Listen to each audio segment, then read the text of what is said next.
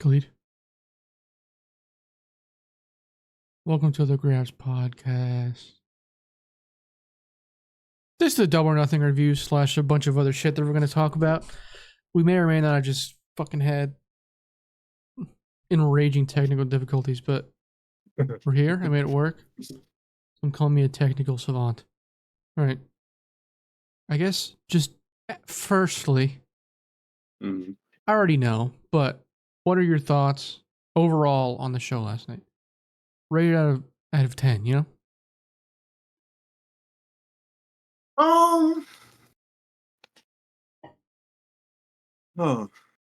Really?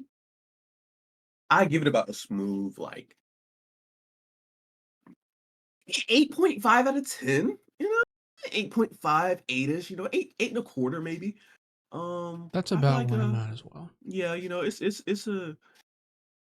it's a pretty, heavily sided, it's on the more good side than it is bad. There's a couple of downs, of course, but the What good really just are the outweighs it. downs? I mean, it's The, the Jericho match, obviously. Yeah, the Jericho match, and even the Jericho match, it had fun stuff in it. It's just that it's Jericho. Yeah, it had a few fun things. It also wasn't too long. It was the second shortest match on the show.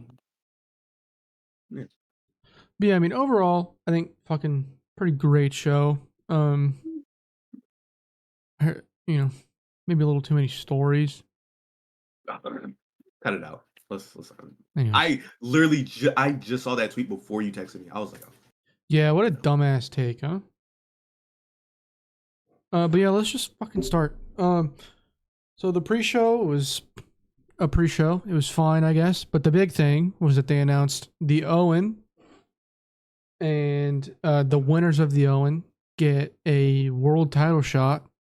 Hold on, give me a second. Give me actually 2 seconds. Never mind.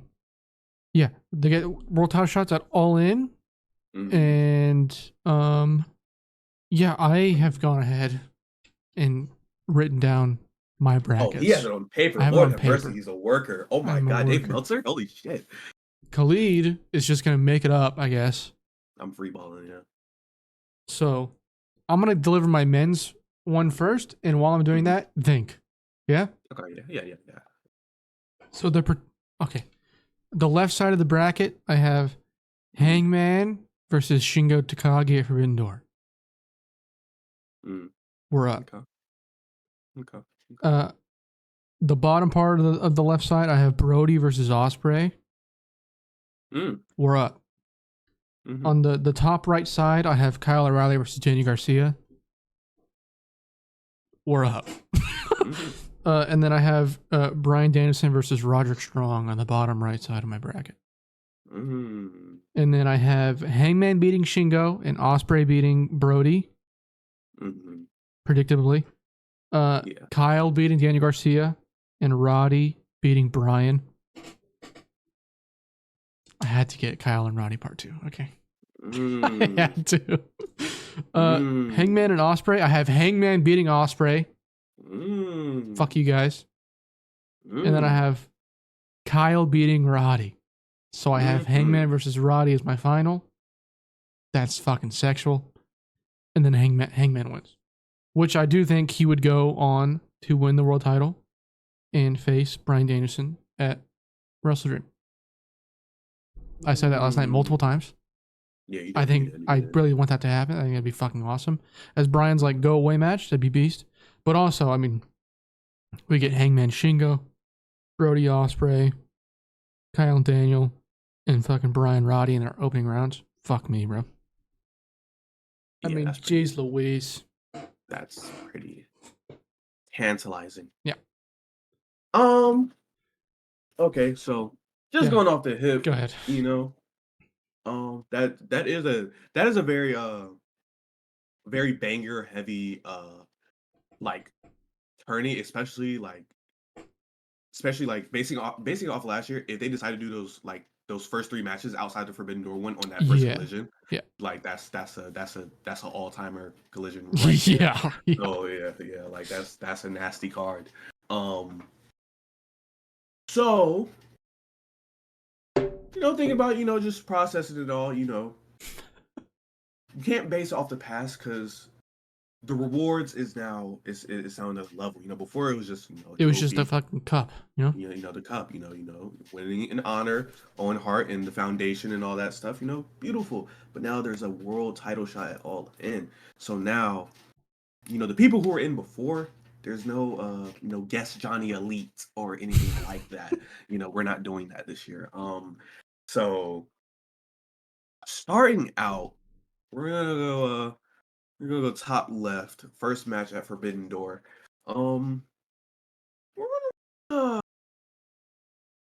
ooh, we're gonna Danielson Ishii. Dude, just for that's so love. fucking funny you said that. I was gonna run Hangman Ishii, but I was like, Hangman Shingo's like too good. Too good to mess up. It is. See, and like the only reason I don't have Shingo as my guest is because I have Shingo winning the Battle Royale. He can't. He's not there. He can't. Oh yeah. Oh my god. I forgot about that. He's not there. That is true. That is. My thing is, I at first for my bracket, I had 2 matches at Forbidden Door. I think. Well, I do have a women's match at Forbidden Door, but we'll get there. Oh yeah. I had 2 men's matches at Forbidden Door, and I was gonna run Brody Ishii, and I was like, but then I was like, Ospreay's gonna be in it. He essentially said during the press conference last night, he's in that. Yeah. He's in the tournament. So, But go ahead. Sorry. Okay. Okay. Yeah. Danielson Ishii. Then the Ospreay match, the Ospreay opponent. Seeing if they started or not started, I'm sorry. This past Forbidden Door, Darby probably be healthy by then. I'm running Will and Darby. Beast. Will Ospreay Darby. Yeah, I want to see Darby sell a fucking hidden blade. Mwah. Yeah. Even him like taking a Stormbreaker, he could probably spend another time. With the way Roddy sold that, I'm kind of dipping into the double or nothing coverage, but the way that Stormbreaker, I think it's the best one I've ever seen. That shit was unbelievable. Go ahead, sorry. He is a wrestling legend. He is a wrestling legend in all aspects, just outside of being on the mic. But who the fuck cares when you're Roddy Strong? So going to the right. Oh, well, all right. So Danielson Ishii at Forbidden Door. Will and Darby at the first match that will be on that Collision following. Then we're gonna go into that right side. I did like the Brody pool. And I honestly wasn't thinking about Brody before you even said it, but did.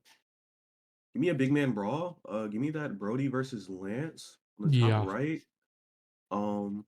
Yeah, that's just, 2 big boys brawling it out. Who says no? Meat, as they say. Indeed. Meat, as they do say. And then on the bottom right, we're probably gonna do that Kyle Roddy. We're probably gonna do that Kyle Roddy bottom right. Yeah.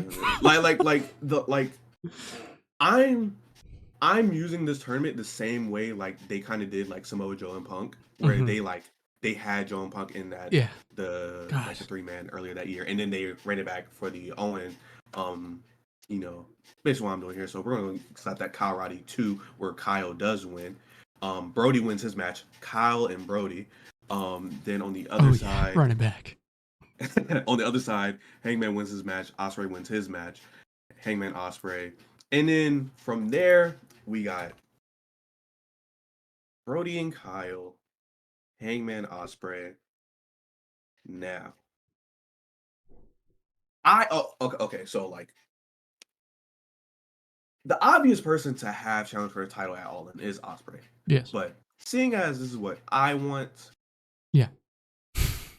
I want Hangman versus Brody, and I want Hangman winning. All right. Now,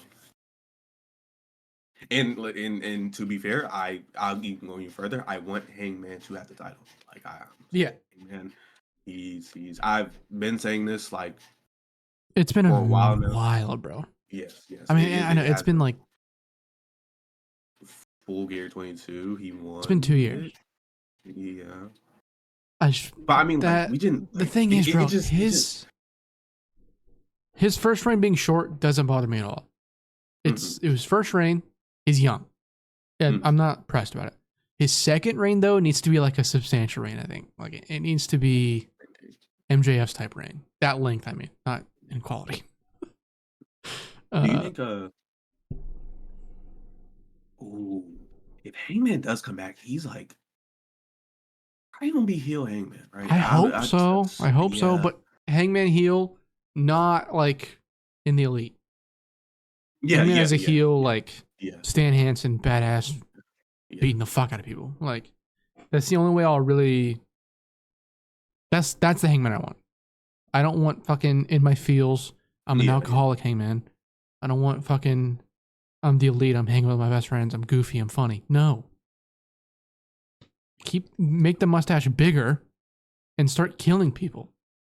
If he comes back and his hair is longer and his mustache is bigger, it might be. If he comes back any size bigger, he's like, it's going to be a problem. It's going to be a problem in a good way. Hangman is like looking like his aesthetic towards like before he had to leave.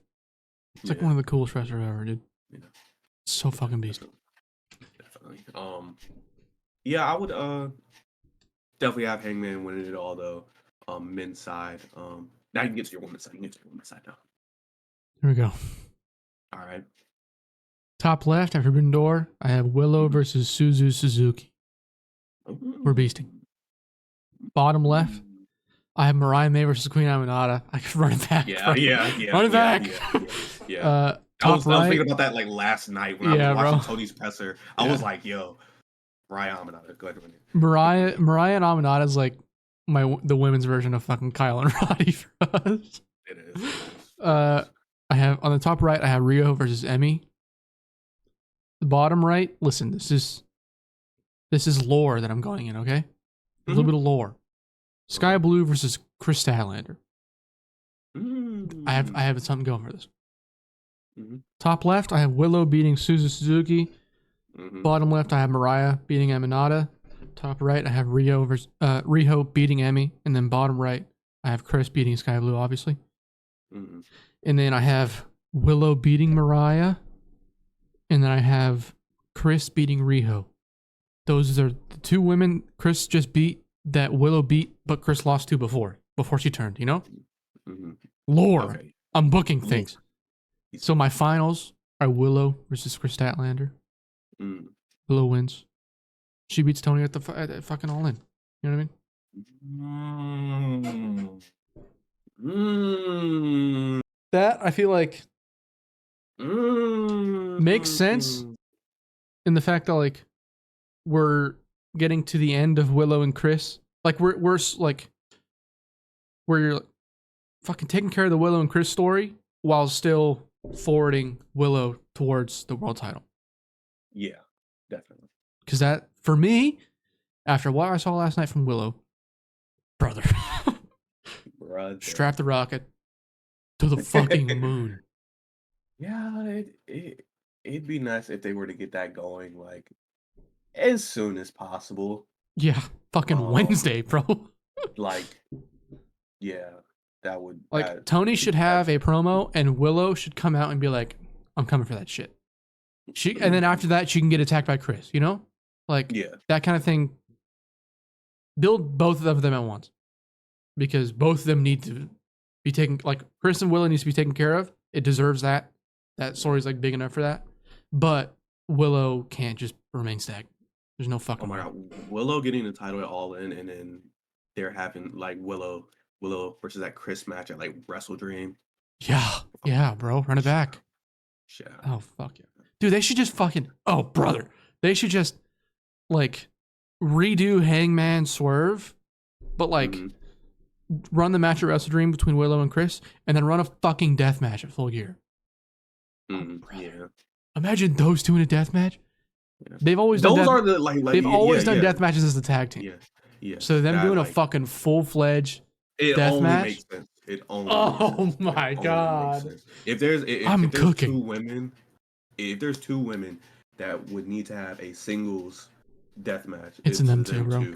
Right. It has to. Make it a lights out match if you have to. Like, fuck it. Oh my god. Oh man. Okay. So my women's bracket.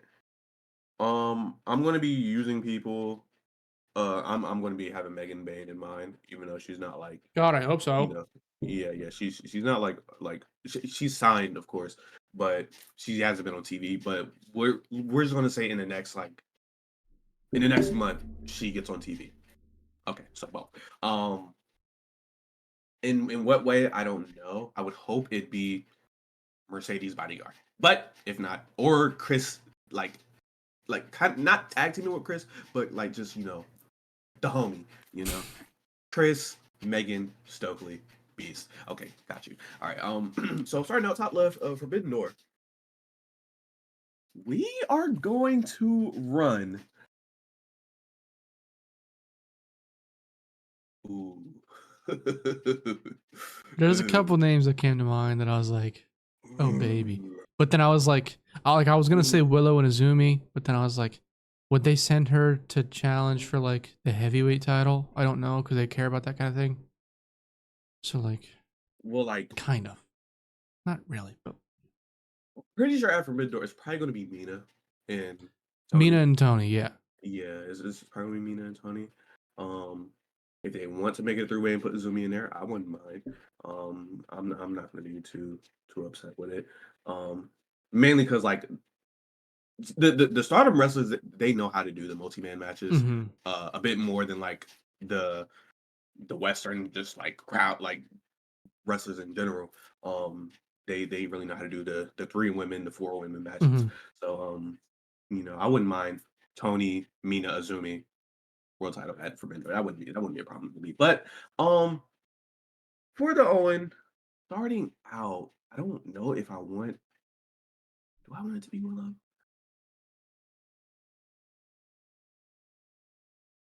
Yeah.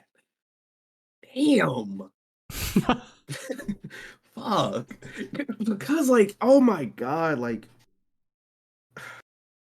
I know they want to do one guest, but if it was really up to me, like I would have one side be like every match would be like AEW versus a Stardom wrestler. But that's just me. I could make a full bracket of that, and I would be happy. Like it's just my finals would still end up being Willow and Chris, but I would be happy. Yeah. Like I'm saying, like if they were to send like 4 Stardom wrestlers just for Forbidden Door, and then that week, and then you just run those first round matches. Like, whoa, I'm there for that. Whoa. Okay, all right. Let me lock it. Let me think real quick. Let me think real quick. Let me think.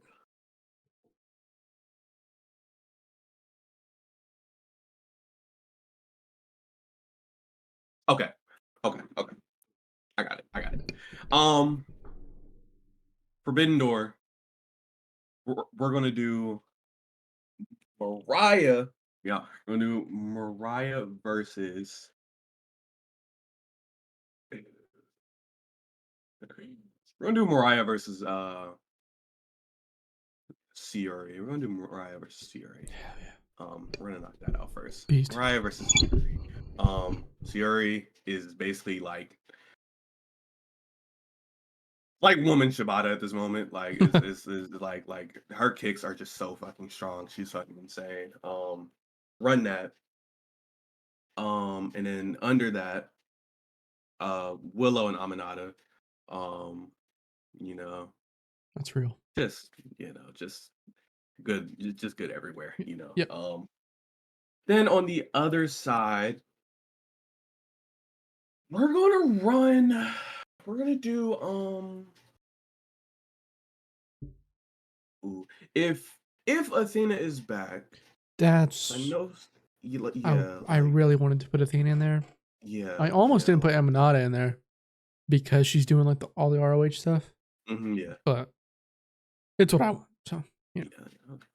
I mean, we're booking the show here. Yeah. So on that top right side, I'm gonna run again. Athena, if healthy. Athena versus Megan Bain, and then I'm gonna run that versus who'd you have Stat versus? Sky Blue. Sky Blue. But again, I like that story. Yeah. If I was booking purely based off like fucking what I like, I'd probably fucking manage to get Suri in there, bro. Like, you know what I mean? Like, I would fucking. But I mean, go ahead. I'll do Stat versus Rio. So here's how it's gonna go. Because the last time Rio and Stat fought, Stat lost. So gonna run Stat winning right there. Gonna run Athena winning her match. So now we have Stat versus Athena. I'm pretty sure. Did that happen at one point? I can't remember. I'm not sure. I can't remember. I feel like I would remember it, but also, I don't know. Don't know. Well, we'll think about it. Stat versus Athena, and then we're gonna have Aminata, or no, not Aminata. Willow win her match, and Mariah win hers. So then it's Mariah versus Willow. Willow wins that. Stat wins her match. So we still get that Stat Willow at the end, of course, and the Willow win. No story really tied into all these matches. You know, it's just some things we haven't seen. I mean, we've seen Aminata Willow, but like, this is a very hungry Willow now. Title. It's a bit different. With Stat wants the title, all that stuff. You have Aminata, who's like somehow is still up and coming, but we're not going to talk about it. Yeah. But this match would be like a defining one. Like, yeah, she's here. And then the Mariah versus Willow, you got two people hungry for it, or I wouldn't say hungry for the title. You have one person who's just hungry to still get the attention of Tony, and then you have one person who again is just hungry for the title, which is going to result in just hard-hitting, just disgusting match all around. Neck bump on the Doctor Bomb. It's basically like a Doctor Driver, really. It's really disgusting. And then Athena, Chris. Athena, tired of being. Y'all are not going to push me away. Just come on ROH. I'm still one of the best. I need her to like actually do that soon, like now. Yeah. I would prefer that pretty soon. I would have her lose the belt at Death Before Dishonor to Aminata, or no, not even Aminata, like Red Velvet. Yes. Aminata was the main roster. Yeah. Stat. I tweeted it out a couple months ago. Everyone's like way too quick to be open to giving someone an ROH title, because it is like an immediate guarantee that they are off TV. So, where's Mark Briscoe? Do you know? I don't. Anyways, so there we go. Those are our Owen once, I guess. Predictions are probably a bit different. I think Mariah is probably a little more likely to win the Owen, to be honest. And then for the men's, I actually don't think Hangman's that bad of a pick, but Ospreay is like maybe a bit more obvious. It's like Hangman, Ospreay, Willow, Mariah. Those are like I feel like those are the four main picks to go there. Yeah. So we'll see. I'm very excited for them, though. I think the fact that they get title shots now is like much better. It's a much better system. Doesn't make the tournament feel like fucking useless. I feel like last year, like Willow won, but you couldn't really tell because like she got the cup or whatever, but then it was just kind of like wasn't really talked about after that. So, but now let's actually get into Double or Nothing.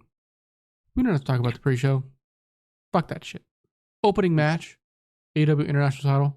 Will Ospreay and Roderick Strong beat the fuck out of each other. Like within the first couple of minutes, Ospreay took a fucking. You saw on Mike Bennett's shoulders.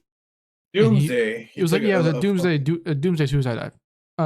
It was like a tope. It was like, because he jumped over the top. And then he missed him, and then Matt Taven jumped over the top.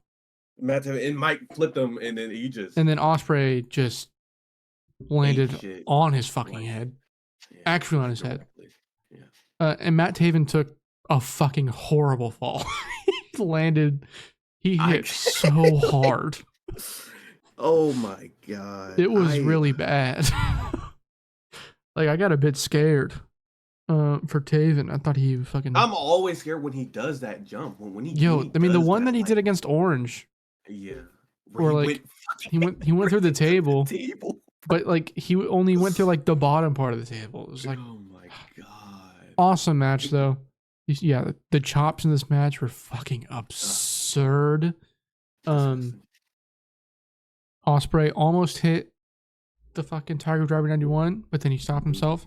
What a beta, bro. How do you think Masawa feels about that? Okay, just hit it. Am I doing good, Masawa? No. You didn't kill hit yourself. The fucking move. But yeah, Will Ospreay is the new international champion. I think that's interesting. It's interesting in the fact that he, like during the press conference, he said that he wanted to like take the title international, but he also like stopped doing indies. So I don't. He did. Yeah. I assume he'll probably take it to like Uganda, SGW or whatever. But other than that, unless he just starts doing indies again, I don't know why he would after not doing them for like 2 months or something. We'll see though. Awesome match. I am a little sad that Roddy's reign ended so quickly, I really think that we could have gotten something more to that reign. But we got him in the Owen, you know what I mean? I'm guaranteeing it myself. AEW World Trios title. I guess it was for both the AEW Trios and the ROH belts. Yeah. Okay. Bang Bang Gang. Oh wait, fuck. After Roddy and Ospreay, Adam Cole came out. Adam Cole baby, if you didn't know. And he cut a promo about you give the devil his due, blah blah blah. Booing a lot in there. It was kind of. Yeah, I mean they were booing a lot and they were chanting some guy's name. I don't really know who. And then he was about to do the, he said you got to give the devil his due, and his name is. And then he was about to do the Adam Cole baby thing, and then the lights went out. And then MJF came out, looking like Triple H. This is going to be a bit of a conversation. I think that this promo was really bad. He went on too long. I do think you're right. He couldn't help being a babyface in the moment, but I do also think that he leaned into it too much, being a babyface. And also he just did catchphrases and he said Vince McMahon and you know what I mean? I'm scared. I'm scared that he's gonna get on TV and he's just gonna keep talking about how he bangs rats and he's better than you and you know it, and nobody's on the level of the devil, even though he hit the Ric Flair elbow drop on the devil mask. Yeah, I'm pretty sure he's like actually done with the devil stuff. I don't think he's. I hope so. Yeah, I don't think. I hope so. But how did you feel about it? Because I was clearly very negative on it, but you were. I was like, damn, like guys. I thought it was really bad. Party pooper. Like, I'm sorry. In the moment, like he came out, and he like I was there for it. All right, I was like, let's go. MJF is back, and then he hit a brainbuster, and I was like, hold on, we might be on something. And then he started like, I think it was like literally the first thing that he said. I was like, fuck. God damn it. But I mean, like I like the reason why I didn't see it as negative is because like outside of like I guess the catchphrases and stuff, he was saying like I did something for Adam that I will never do for anyone else again. basically saying, I won't be doing any more tag teams, done being friends with people, all that good stuff, done being nice to people. The way I see MJF, like, he can be a face, but it's just his treatment towards other wrestlers. That's where it starts to lose me. My whole thing with MJF was like the way that he would address other wrestlers and things like that during his title reign. It wasn't the best for me. Like, Tofu and things like that. like yes, like that type of stuff. That wasn't like no. Good. Especially no, it wasn't at all. It wasn't. It just wasn't it for me. When he's addressing, like when he's talking to Birdie during the Danielson feud. Yes, like cool. When you're cutting like deep, scathing personal promos against the person you're feuding with, that's when it becomes a actual, a thing. So like, whenever Adam Cole gets cleared and stuff, and then they because they're going to run it, but whenever he decides to cut that personal promo, if he decides to, like, talk about Adam Cole, please talk about Adam Cole, like, talk about him, about his girlfriend, talk about his injuries, talk about his brain. Yeah. Like Tony did with Deep. That instantly made me more interested in their feud. Because she was talking about, you had a seizure, dumbass, is essentially what Tony said to Serena Deep. Exactly. And then even if it's needed, like say like, oh, like, you know what? I'm going to do insert move that is going to cause you to have another seizure, or I'm going to insert move that will make sure you never walk again. And then when the match happens, you made me realize something. That Brainbuster might have been like a specific thing for Adam. Because of his concussions. I don't remember what move took out Adam. I don't remember what it was. Oh, you mean like when he got his concussions? Yeah, when he got his concussion. I do not remember what it was. Was it not just a Rainmaker? No, he got concussed before the Rainmaker. Like, he fucking. Oh, really? He Then yeah, I have no idea. Because he was on the he was about to take one. As soon as Okada did the ripcord, he just fucking fell out, and then he crawled to the corner, and then they was like, oh yeah, he's fucking done.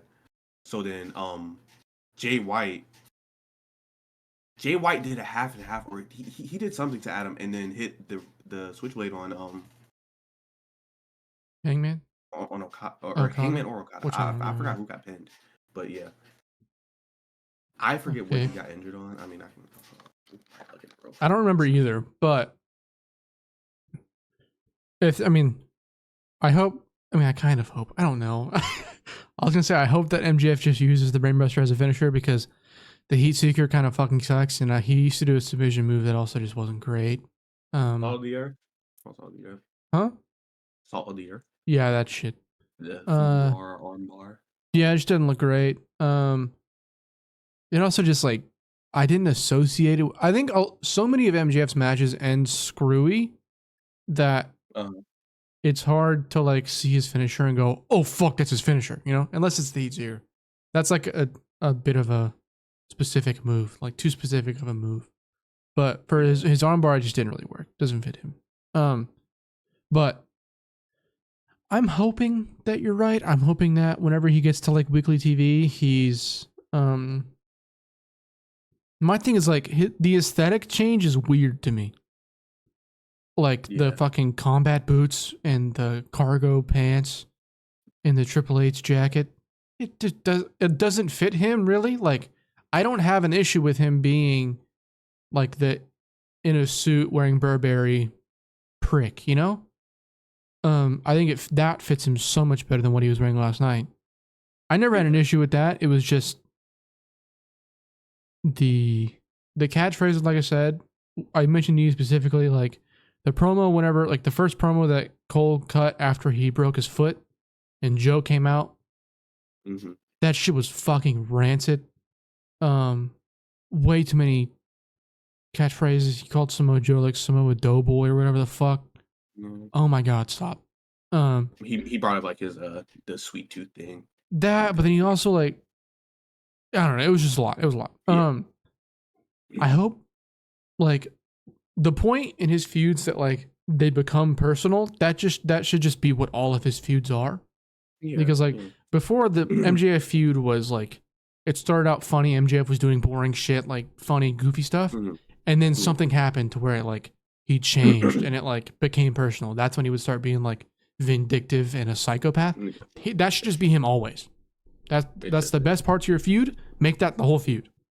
That's all, it. Like all of his good feuds, Cody, Punk, Bryan, it all got good when shit got super personal. Yeah. Super fucking personal. And then in the match, usually the match that followed the thing up is, was like the Punk feud, that was the whole thing. Yeah, the whole thing was personal. Yeah. That's why it's the best feud in the history of the fucking company. Yeah, it's up there for sure. All right, bro. What a subtle way to say, not really. Fuck you. No, I just said it's up there. Like it's like top 2, top 3. Yeah. Sure. For me personally, it's the best feud in the fucking company in history. Like, not even fucking close. I don't think, honestly. Like Hangman Kenny is like there. It's close, but it's like a tier below. That's all I'm saying. Anyways, but yeah, I'm hopeful, but I'm like cautiously hopeful. You know what I mean? We'll see how it goes. We'll see Wednesday, hopefully, probably. I think that was it before the AEW World Trios title match.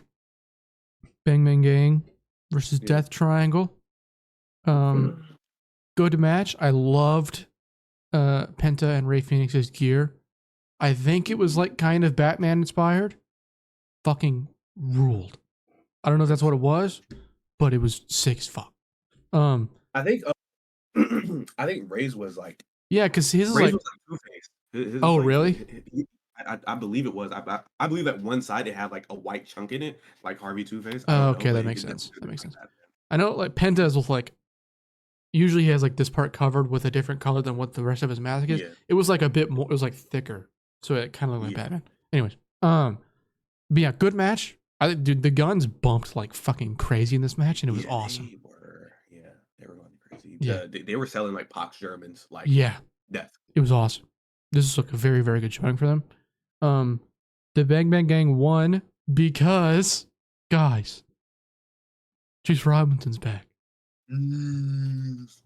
We won.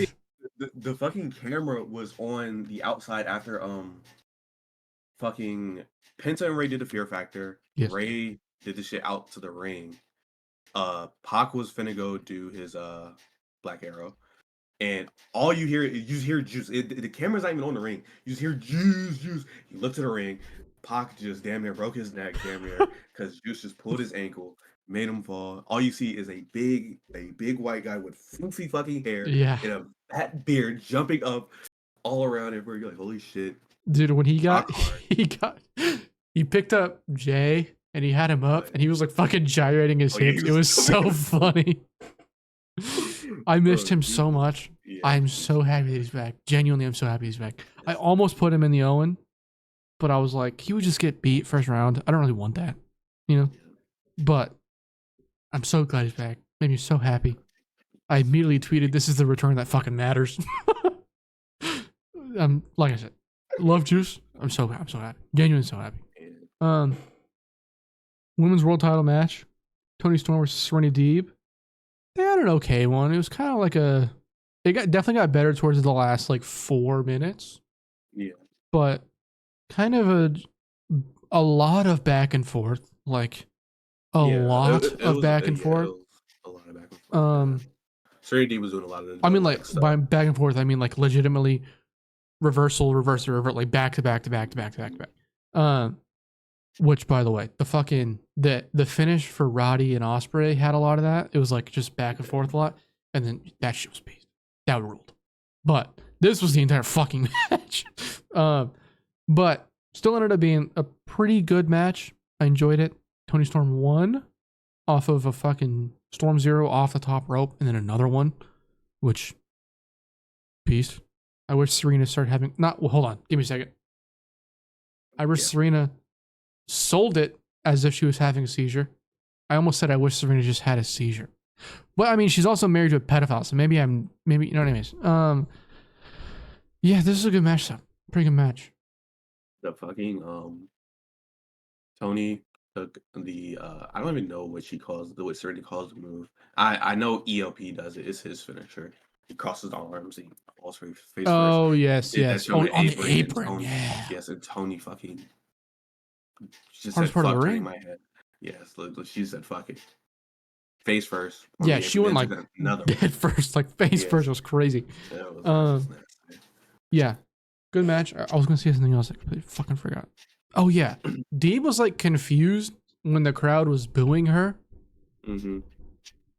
Does she know what she did on Wednesday? I think she forgot. Chair trap, single. Yeah, I was leg about to say, trap. if y'all don't know, she had fucking Tony Storm in a single leg crab under a chair. And held it and was yelling in the ref's face. That's like the most heel thing you can do. But then whenever they were booing her, she was like, and I was like, what the fuck do you expect? Hey, I'm sorry. After that, she's better as a heel anyway. Like way better, way fucking better.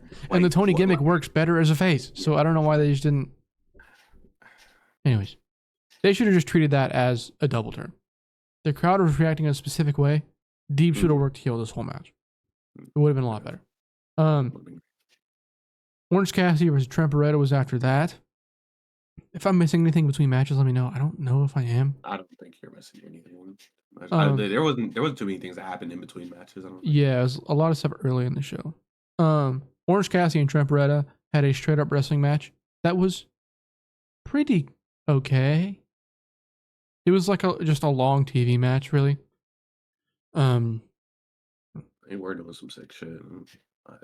There was a lot of stuff in there that I was like, that was pretty good. Okay, brother. Pretty nasty. Oh wait, Orange came out to "Where's My Mind." I cried a little bit. It was beautiful. I love it so much. Please just make it his entrance theme again. Please. Yeah, they had a good match. I know the match was good, but I'm legitimately trying to think of things that happened in this fucking match. Spots, I mean. It was just the oh my god. When they went to the outside, I believe Trent did a fucking nasty power. Oh yeah, Trent did that crazy ass power driver, and then Trent also was on the steps. On the stairs and fucking Orange took his leg out, and yeah, just it didn't even get back. It just got the the top lower portion of his shoulders. Yeah, like that was nasty. Especially when you think like Trent had that neck fusion. Yeah, so and then directly after that, Orange hit a fucking half and half on the floor. Yeah, it was a pretty good match. There was a couple spots that I was pretty beast. Orange won surprisingly. I don't know fucking why really. Like, it doesn't make a lot of sense to me. It was a roll up, wasn't it? It was on a roll up. And then afterwards, Trent walked away, and Renee was like, "Trent, what are your thoughts on everything that's happening?" He's like, "I'm not doing this," and then he left. Through the crowd, pushed Rocky. Yeah, he pushed Rocky after that. We think he's on New Japan. Yeah, I think he should go to do the G1 and wrestle Mikey Nichols and Aaron Henare and Shingo. Oh, not Shingo again. I don't really want to see that. I saw that live. It was FTW 3-way fucking FTW title 3-way match. Jesus Christ, I had a stroke. Chris Jericho beat Hook and Katsuyori Shibata. This wasn't bad. It was. There was a few things that legitimately popped me. Shibata throwing dice was very funny. He hit a fucking avalanche DVD on Hook onto Jericho, who was on a table, and then the table didn't break. Very funny. And then Hook hit a fucking pretty good suplex to Big Bill off of the apron through a table. The suplexes Shibata was doing during this after the dice got involved, fucking Shibata did a belly to belly, a arm trap belly. He hugged him like got his arm trapped and did a belly to belly to Hook, and the twist that he got on that man was so fucking nasty. Jesus Christ. the suplexes he was throwing that match was fucking nasty, man. Shibata's like, he's weirdly good at these fucking hardcore matches. It doesn't make a lot of sense to me, but he's good at them. If he wants to keep doing them, let him do it. But also, like, not with Jericho. Let him do a fucking. If he could do a death match with anyone else, oh my god! Yeah. Like, what? Like, I hope this is the last we see of him in this. I don't think it's going to be. I think the next step is whatever's going on with Joe. I think Joe's going to get involved, which is scary. I don't think he's. Oh wait, let's talk about the fucking stupid finish of this goddamn match. Brian Keith, fucking attacked. They're looking like Cedric Alexander a little bit, yeah. He fucking attacked Hook and Shibata, and then Jericho won. However, commentary referred to him as like Jericho's hired gun. Yeah. Not as, and they didn't celebrate together. Mm-hmm. So I'm not sure if he's part of the group or if this was just a heel turn and he beat Hook and Shibata because, you know, they beat him for the title shot. Yeah. That would make sense, and I hope that's what it is. I don't think that's what it is. Yeah. I seen a tweet about how someone was saying like they referred to like Brian Keith as like, oh, called in the bounty, yada yada yada, yeah, that type of stuff. So if I would like for Brian Keith to kind of be like the guy that a heel would call for if they want someone to get dealt with. Like the thing is, though, like, if they're gonna do that, they should probably have him win some fucking matches. yeah, because he hasn't won anything. So like, it's a bit weird. I think the concept could work if they build him up a bit more. You know, put him in some like regular matches. Yeah, that and then like probably let him keep his presentation when he's doing bounty hunting. Yeah. Or like, you know, like have the lights go out or something like, you know, something like that. He like he can. I'm pretty sure he can. I do think treating him as like a literal bounty hunter is a little funny. So it's very 90s WWF. But it is, but like it's 90s WWF in the fact that they're treating it so literally, not in like the concept of him fucking people up for money. But I do think it could work. I'm very scared. I don't want him to be under the learning tree. Yeah, under the learning tree, like at all. It's the last thing I want. You cannot have someone who's doing a he does a tire driver. Yeah, you can't have someone like that on there. Yeah. I'm sorry. Yeah, you can't. That's and someone who has that knee like his. Oh yeah. You can't, the headbutt, the knee, like you just can't have. You can't. No, I'm sorry. No, absolutely not. Hopefully it's not what's happening, but I have a bad feeling about this. IWGP World Heavyweight Title match, eliminator match. Sorry, John Moxley versus Konosuke Takeshita. You see the rating for this fucking match? I know. Why is it 6.78? Like what? That's crazy. That is insane on 341 votes. That is disgusting. Yeah, it's a little much, guys. Not a little much in the fact that it's too much, like it's too high. But like, really? I thought this match was fucking awesome.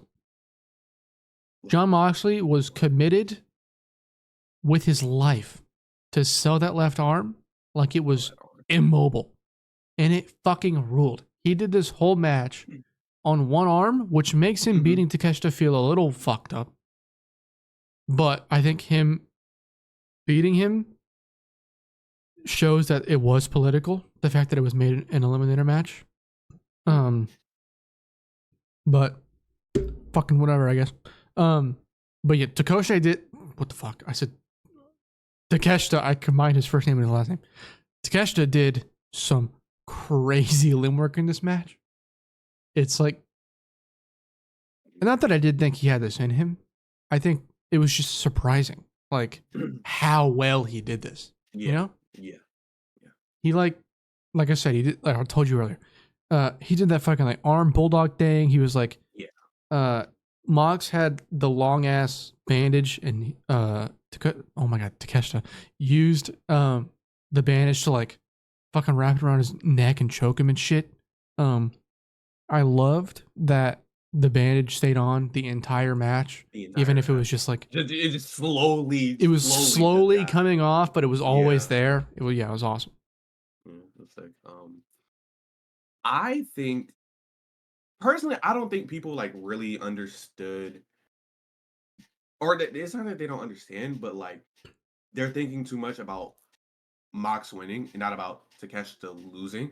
Because the reason why Takeshita lost is because he listened to Don Callis. That's true. Ospreay, he threw all those chairs in the ring. Will Ospreay didn't listen to Don Callis, and he won. That's true. That's. And the thing is, Ospreay was about to listen to Don Callis, and immediately Roddy like snapped out of whatever haze he was in, and then Ospreay almost lost because Roddy went on like a fucking rampage. Hit a sick kick. Fucking blood. Fucking was, beast. Yo.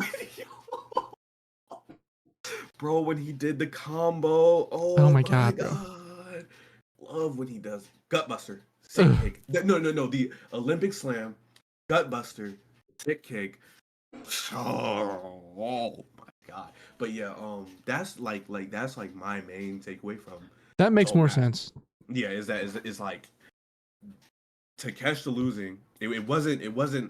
It's not the fact that Mox had one arm, he shouldn't have beat him. It's the fact that Takeshita listened to Don Callis. Don Callis is not good for Takeshita longer, and therefore it caused him to lose the match. Because Takeshita had the match, we seen it. He was dominating the match, and he left the ring to go get a chair. He threw the chairs in. The referee threw the chairs out, and then he got fucked up. He got fucked off. Yeah. And so I'm pretty sure I texted you like right after. I was like pretty sure we're gonna get the Takeshita turn eventually, or like Don like not being with Takeshita anymore, like somewhere down the line. Like, I hope so. Soon. Yeah. Hope so. Yeah. Takeshita hit a fucking crazy Death Rider in this match. Mox took the best Death Rider I've ever seen. Yeah, he sold that move like crazy. Yeah, like it was death. There was something else he sold where he looked dead straight at the camera. He was like I think it might have just been like a strike, like one of Takeshita's forearms or whatever. Yeah, because Takeshita was fucking hitting those too. Oh my god, bro! My girlfriend loved this match, by the way. She didn't love that Takeshita lost. But yeah, it was big fan. Yeah, fan of the right person indeed. Yeah, indeed. Her two favorites are fucking Takeshita and Willow. She's beast. Yeah. She knows ball. She knows ball more than like 90% of wrestling fans already. Boom. Yeah. After that, oh my god. Oh, go ahead. Since Takeshita was doing the limb work this match, I have an interesting proposition for Takeshita and Zack Sabre Jr. Oh, please. Anytime, anywhere, DDT, New Japan, AEW. Zack Sabre Jr. wrestled. Did you see Joseph Montesio's tweets? He wrestled in the Philippines in like a fucking dingy ass warehouse. I was like, it's a real. They said they went for 30 minutes and had the best match in Philippine indie wrestling history. That doesn't surprise me at all. But that's fucking beast. What a wrestler, going everywhere. Doesn't matter. We love Zack Sabre Jr. around here. We do. I want someone, two people, to remake the Inoki match where he fought on the beach. He fought on the island. Yeah. I need someone to do that. I would honestly, if it was like Zack Sabre and Ryan Danielson, that'd be fucking so fucking. That'd be funny, hilarious. That'd be fucking hilarious. Speaking of hilarious, AEW TNT title barbed wire steel cage match. Adam Copeland beat Malachi Black in a fucking awesome match. The match like incredible, and featured one of the dumbest spots I've ever seen in my fucking life. So hold on. Okay, before we get to that, go ahead. Malachi looked incredible in this match. He started bleeding within the first like 2 minutes. 2 minutes. And I don't know how he didn't stop. It was like he didn't. The blood never dried. Yeah. It never stopped running. It was constant, and he looked so badass. That was another thing like about this match in particular. The camera work they were doing in this match. Yeah. The way they were shooting Malachi Bro, through the barbed wire. I was about to say, there was a shot. Like Copeland was wiped out. Perfectly in the diamond. He was like perfectly in the diamond. Yes. Blood was driven down, and he was there was like blood in his teeth, and he was smiling, and I was like, "This guy's a world champion. If he fucking tried, god damn." Oh, it is so frustrating. It's so frustrating to see him do shit like this. Yeah. That is like genuinely amazing, fucking awesome match, and then it's just fucking take a pin every once in a while, asshole. It's like the Andrade like C2 moment where Andrade was fucking on fire the whole tournament. The whole time. You just think back, like, what were you doing this whole time? Why were you not like it is? Why were you worried about Sammy Guevara? Like, this match was incredible. The dumb spot though. Talk about it, please. So Copeland had Malachi on the table, and he wrapped the table and Malachi in barbed wire, and then Copeland climbed to the top of the cage very awkwardly. It's almost like he's not used to it. And then he went for a splash. He jumped off with no real confidence. And halfway through, not even halfway, like as soon as his feet left the cage, top of the cage, just gave up on doing a splash. So he just landed on his fucking feet and like kind of put his arm onto Malachi. Somehow didn't do a Jim Cornette. Like, I don't know how he didn't break both of his legs. Yeah. He landed straight on his legs. Like the thing is, like, he landed straight on his legs, but he bent down with his legs, obviously. Yeah. And so I don't understand. I think he broke one of them, his left one. Yeah, but he like broke his like it wasn't his leg, it was like his foot. I noticed when he was walking up stage with Gangrel, he just wasn't bending his foot. So I think he has like a foot fracture or just a broken foot, like maybe in 3 places, like Adam. Yeah. Adam Cole. He was running on it to hit spears. Mm-hmm. But yeah, I mean, it was just the finish of the match was fucking dumb. So let's talk about it a little bit. Cope, what happened to where like something happened to where Malachi threw Copeland into the door, and Copeland went out. The door broke. And then Malachi comes out and he's kicking him. You know, this is after the splash. And then House of Black come down, Brody and Buddy, and they're like standing with Malachi. They're both on their knees, Malachi and Copeland. And then Brody and Buddy trade sides, so they're standing with Cope, and they all stand up. And it got me. I'm not gonna lie. It got me legitimately. It scared me. I didn't like it, but it got me. And then Brody just fucking hit him with a lariat. Just fucked his ass up. Copeland, I mean. And then House of Black. Yeah. Copeland. House of Black started beating the fuck out of Copeland. They get back in the ring. Just general like beating up, that kind of shit. And then the lights go red. And the music hits. And out from under the ring comes fucking Gangrel, who attacked House of Black. And then Malachi hit Gangrel with a black mass. And then Copeland speared Malachi for the win. Yeah, DDT hit on Brody was crazy. I ain't gonna lie. He was moving. Yeah, he when he grabbed Brody, I was like, he's not gonna do that DDT with Brody, and he just jumped on. He hit it. God. Yeah. He fucking clapped it. So yeah, I didn't expect, but like, if Gangrel was going to be a part of the match, I'd prefer it to not be the finish. That's a little stupid, if you ask me. But like, whatever, I guess. You know? I think like gotta get rid of Brody and Buddy in some way, you know. I guess.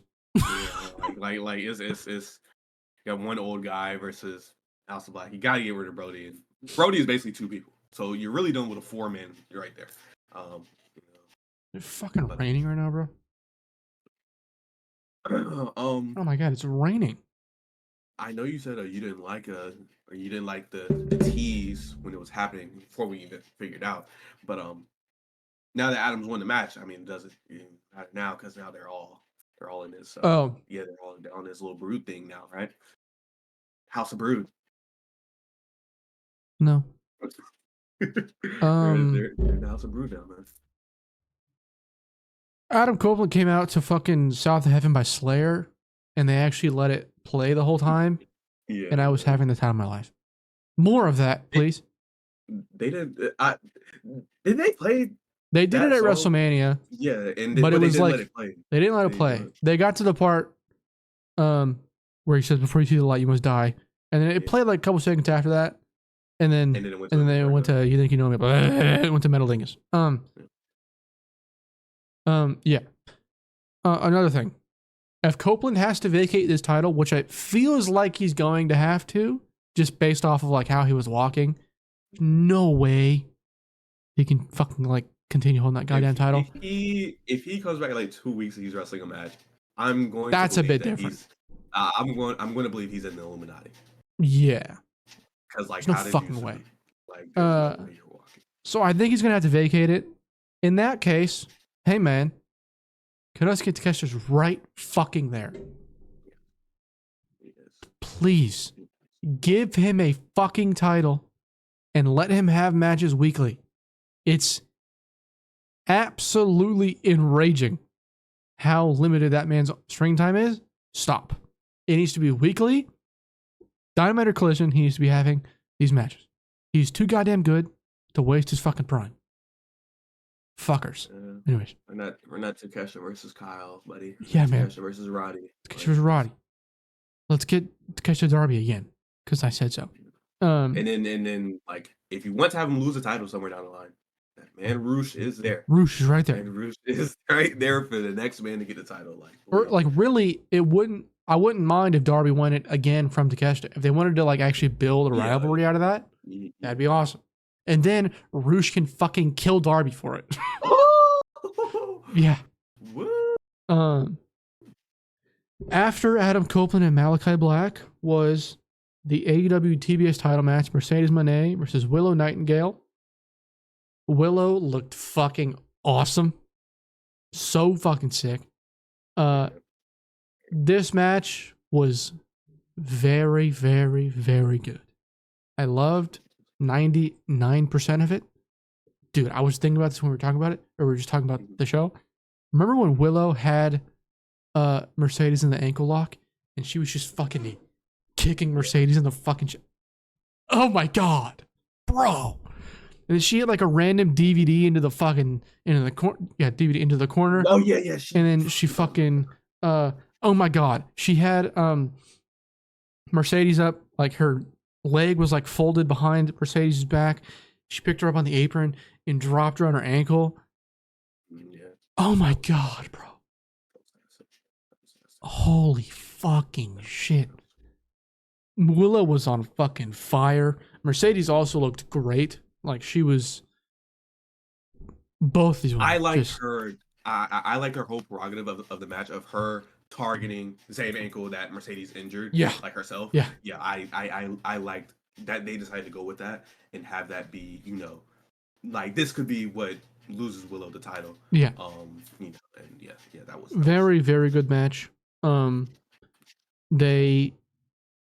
think this is the longest women's match in AEW history, somebody said on Twitter, which that surprises me a little bit. It's only 18 minutes. Not only 18 minutes, but like 18 minutes, I figured something would be longer, but no. But yeah, I mean, my tweet about Mercedes Moné maybe not looking her best didn't matter. I like that. Like that. I think those people can fucking go fuck themselves still, but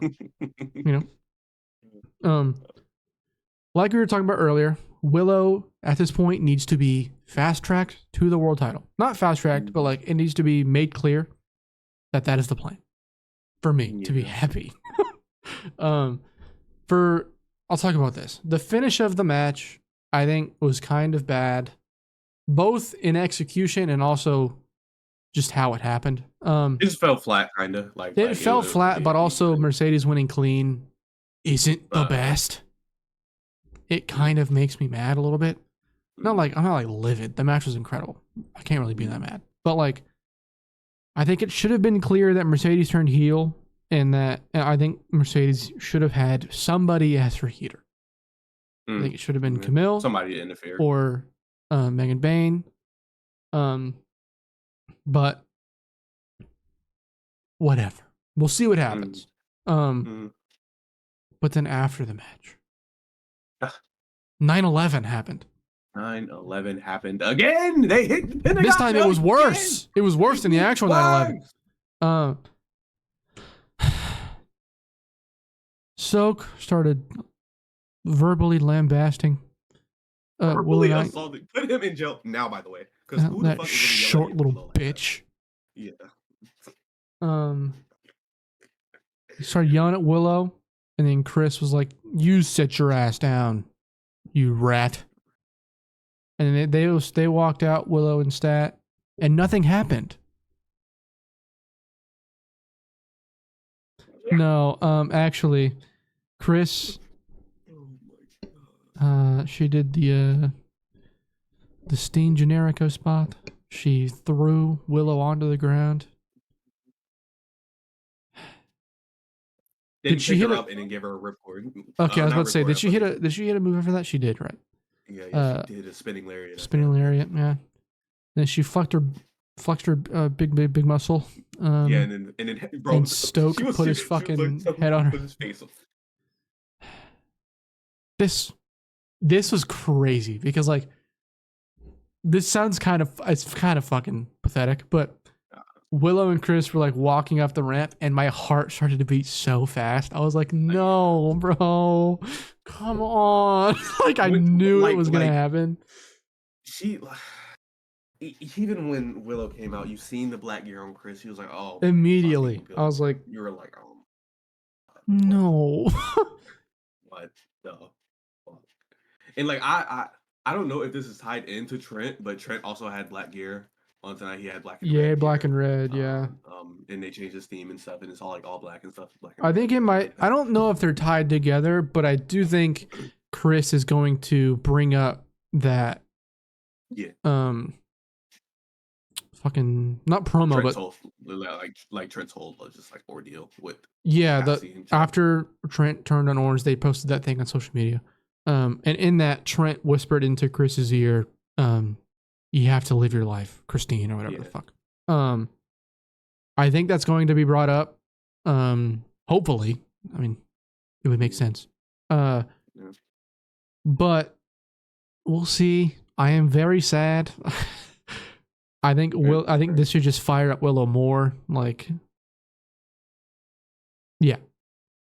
I'm excited for where this goes, but I'm just sad. Swerve Strickland versus Christian Cage for the AEW World Title match. I think between these two matches, there was a Don Callis segment where Don Callis said he was going to present somebody with a contract for the Don Callis family on Wednesday. So yeah, it'll probably be Trent. We'll see. But yeah, World Title match, Swerve and Christian. They kind of just had like a nothing match. Genuinely, it wasn't bad by any means, but it wasn't like incredibly memorable. Yeah. They did have one of the best ref throughout spots I've seen in a while. Very, very good. The whole crowd was a part of it. You. Vegas was on fire last night. Yeah, they were much better crowd than last year's crowd. Yeah, just they were involved in every match the entire time. In every match. Every single match. Even like at the beginning of this match, they were a little dead, but I would say like by the halfway point, they were all in. Yeah. They were all there. Very good by the crowd. I mean, damn, this match was 25 minutes. That's crazy because at 25, I don't know, like, it didn't feel that long. It didn't feel that long at all, really. To be fair, I did go get up and make food during the match, but still, okay match. The right winner won, obviously. And then Floyd fucking Mayweather was there. What the fuck? That was crazy. That was pretty. Surprised the fuck out of me.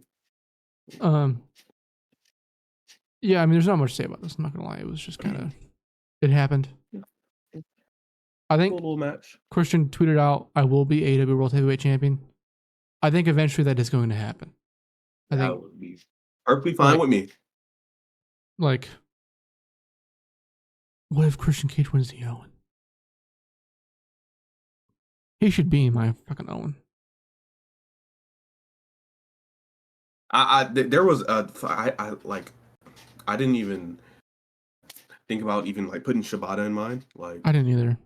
Yeah, I mean, like of course I would want that. Like I would want him to not be associated with anything Jericho or related. Like I would like that to end now, and if it does, please put him in the Owen. Please, you know, you can run Kyle and Shibata, whatever you want to. Roddy Shibata, you know, whatever you want to. You know, or Forbidden Door, Shibata versus Ishii. Bring it back. Main event of the show was fucking psychotic. Anarchy in the Arena, the Elite beat FTR, Bryan Danielson, and Darby Allin. We're gonna try our absolute best to talk about this match. Oh man! But so many things happened, we're going to miss something. So like, they start brawling, you know. Darby Allin comes out, and his music is the one that's playing. While they brawl, they do all their shit. And then Matt Jackson, he stops that and plays the Young Bucks' new theme. But then Bryan Danielson kicks the fuck out of them and says, "Fuck that! Play the best theme in the history of professional wrestling." And the final countdown starts playing, and I started to cry again. This was glorious, glorious pro wrestling. They were brawling, like I said, I don't know how the fuck to talk about this match. Like, insane, fucking all over the arena brawling. Darby and as soon as like the chorus hit for final countdown, or like the big climactic moment, Darby fucking jumped off of one of like not the rafters, but like fucking the bleachers and onto like a bunch of the wrestlers in the match. And then after this, they kind of started to spread out a bit. Darby and Jack went outside. Jack got dunked into an ice tank, and then they kind of cut away from them for a little bit. Darby got placed into like a pile of trash, and then they cut away. They cut to Dax and Nick, one of the Young Bucks, and I think it was Matt actually. And Dax took a shot and then started beating the fuck out of Dax. Looked like Ishii in this match. He was kind of fucking hilarious. He had the weight belt on. It was hilarious. At some point, Matt gets the mic and he's like, "This fucking song is costing us $200,000 every time it loops. Please turn it off." And that was the end of the music for the night.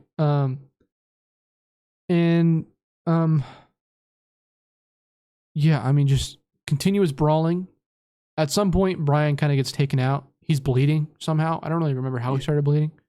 Him and Okada, they were doing like their own thing for like majority of the match. They're like by the timekeeper area, and fucking in the middle of that, right? Mr. Okada went to a trash can and pulled out a street sign that said "Rainmaker Drive." Yeah, he goes, "Rainmaker Drive," and then he put it down, and then he ran, and then did the jumping over the barricade swat that he did with Kenny like years ago. The fact that he can still do that, it's crazy. By the way, that Okada is like actual genetic freak. Yeah, like, actual genetic freak.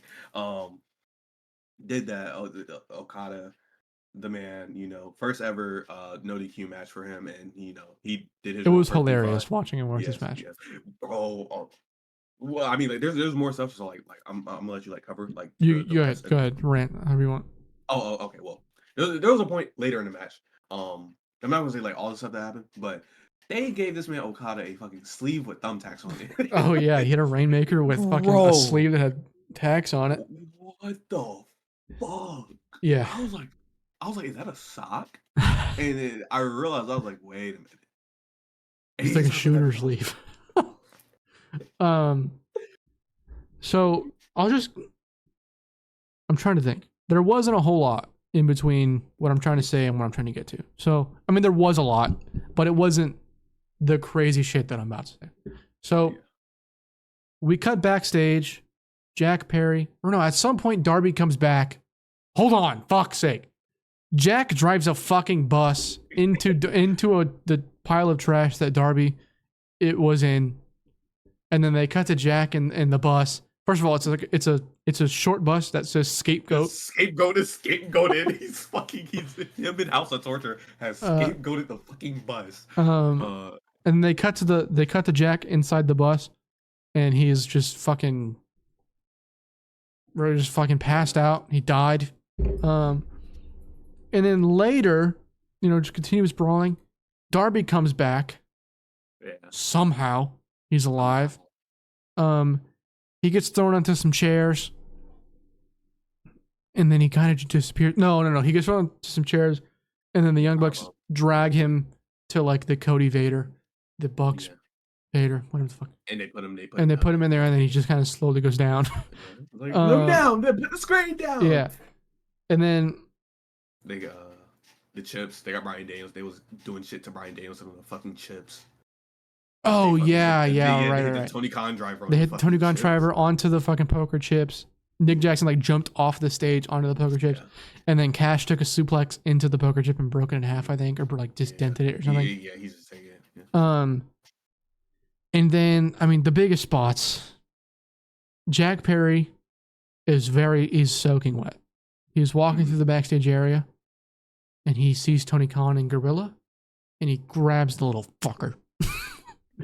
And then he kind of starts walking with him, and then they cut away, and Darby's on the stage with a flamethrower.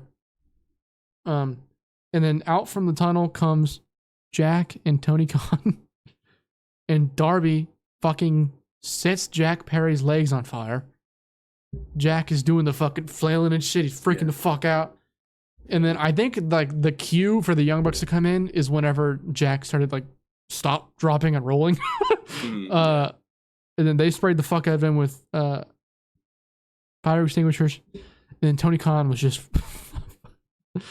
a goddamn roly-poly going down the fucking all the way ramp. It was so funny. He runs like Shaggy after that outside. He left.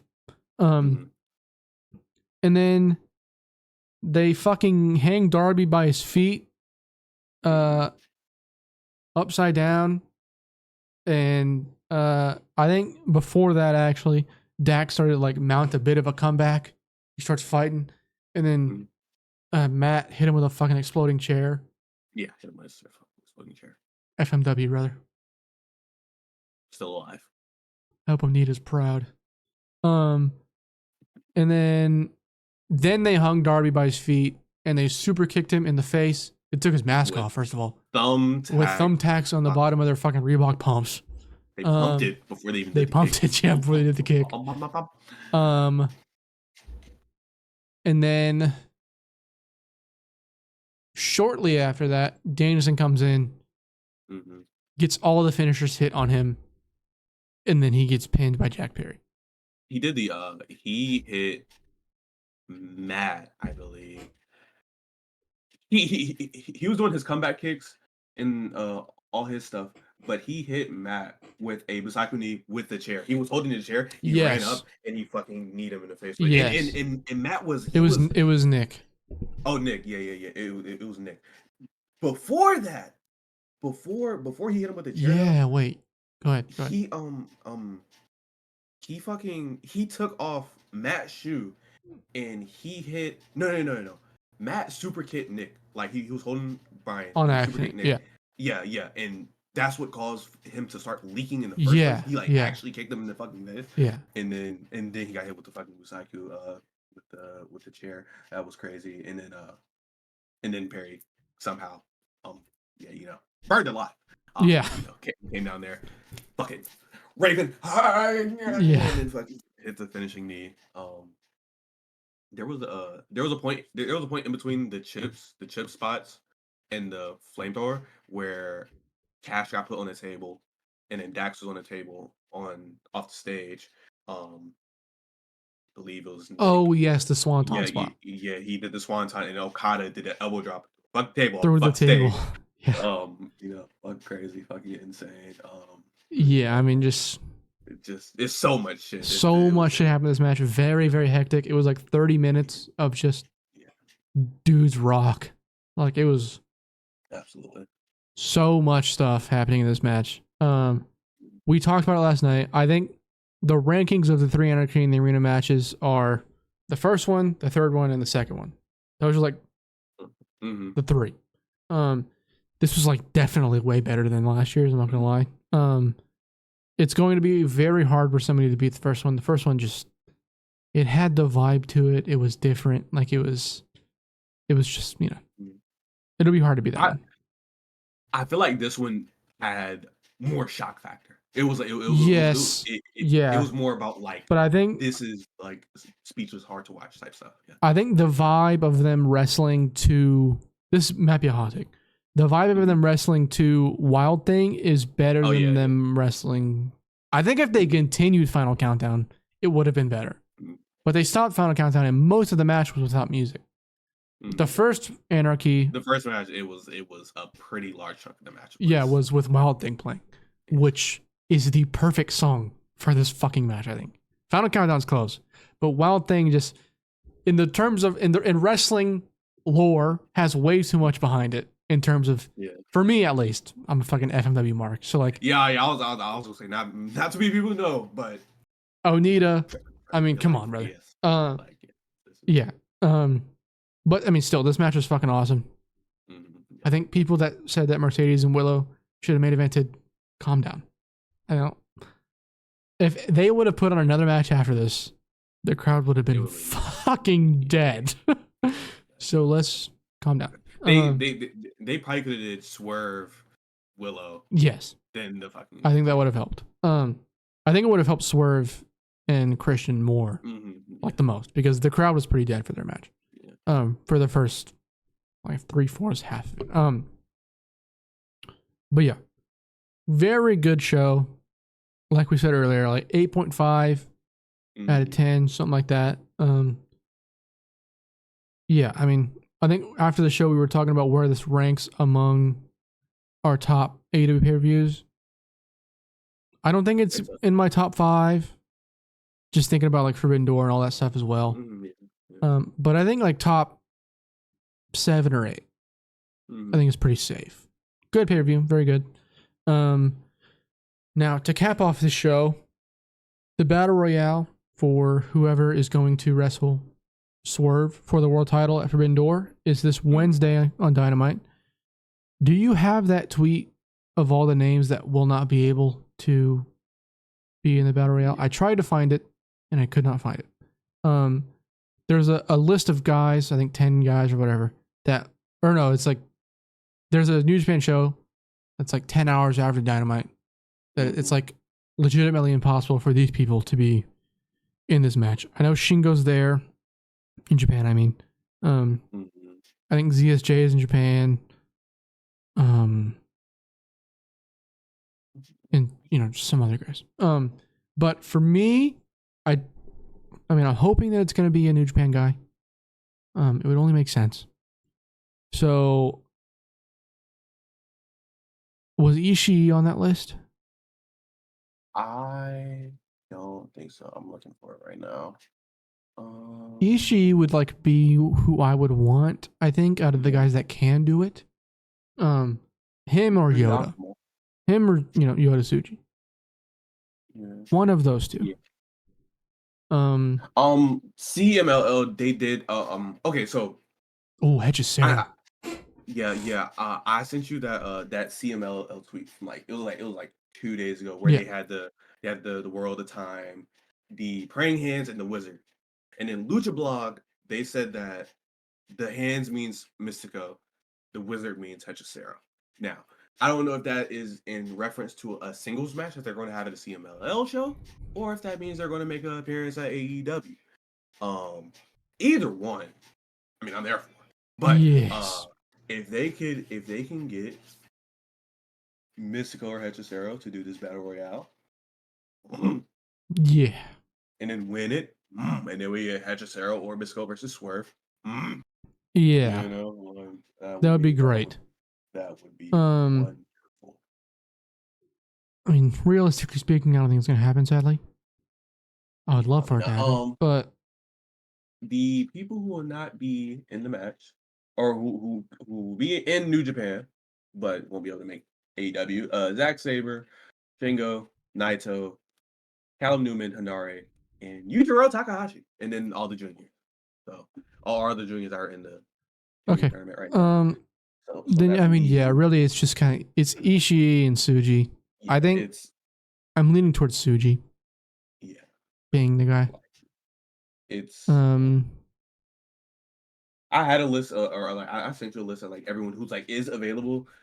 Yoda, Sonata, Finlay, Gabe, Evil, Shota, Ren, Yuya, ELP. Ishii, Nagata. It could be Shota. Ishii, Nagata, Kojima, Goto, Yoshi, Cobb, Tyson. Those are all the people who are like on the New Japan roster. Let's start pushing our fucking Goto agenda.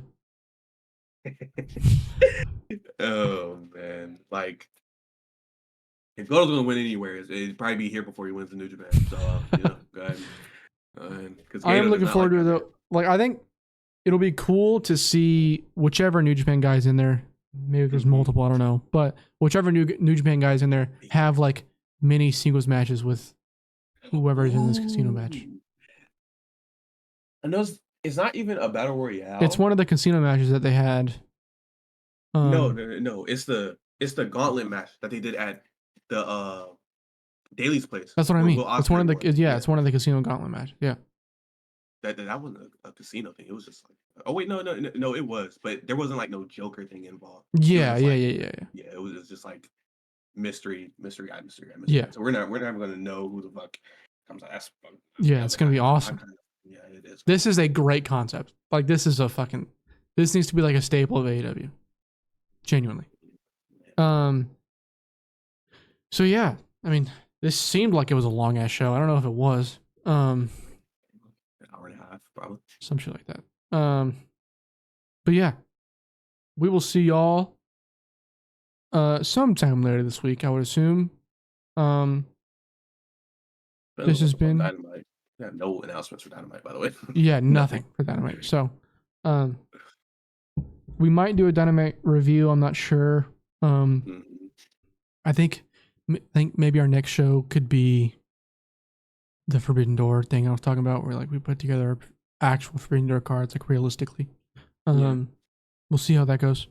But yeah, this has been the Graps podcast. Thank you for watching. Later.